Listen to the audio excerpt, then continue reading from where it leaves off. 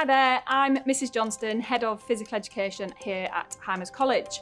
Obviously here to talk to you about A-Level PE today.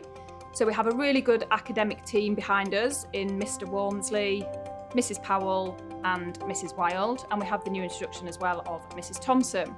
So you'd probably meet us all along your way. Most people choose this course because they are quite practically orientated and obviously enjoy the practical element of physical education.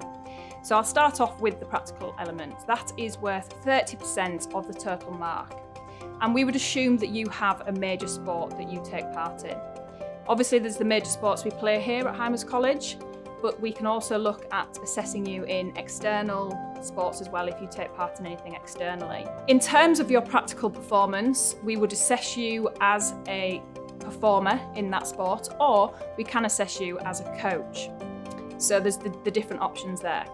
That is 30% of your total mark. The other 70% is made up of the exams at the end of the 2 years. So we have a breakdown of 3 exams. The first exam is based around physiological factors affecting performance. So we look at how the body works, anatomy and physiology, so your bones, your muscles, cardiovascular system, and that culminates in a 2-hour exam. Also involved in that is the biomechanics. We also look at physiological factors affecting performance. So we go a little bit into depth in psychology. We start to look at your personalities, lots of different theories, so it links quite nicely with psychology, obviously sports psychology.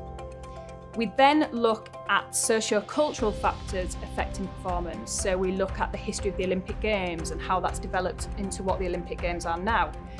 We look at societal effects on sport, so your socio-economic backgrounds and how that affects the sports you participate in.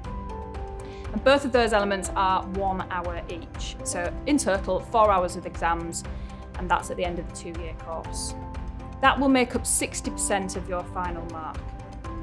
Just going back to the practical side, you also take part in some coursework which is based around your main sport.